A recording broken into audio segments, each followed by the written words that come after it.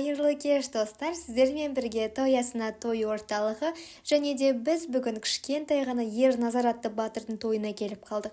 Ал сіздер де бізбен бірге тойды тамашалаңыздар. Кеттік олай болса. Talking to the moon and night through the window in my room. There's not much I love to say and I don't have the strength to fight. I feel that inside like I've been buried in a grave, and you stepped in my soul the night you stepped away. Oh, here's to you, I down a couple more.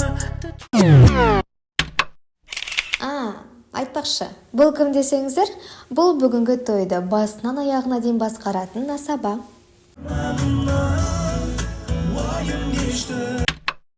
Ал бұл бізде тойды әсем әнмен сәндеп отырған музыкант.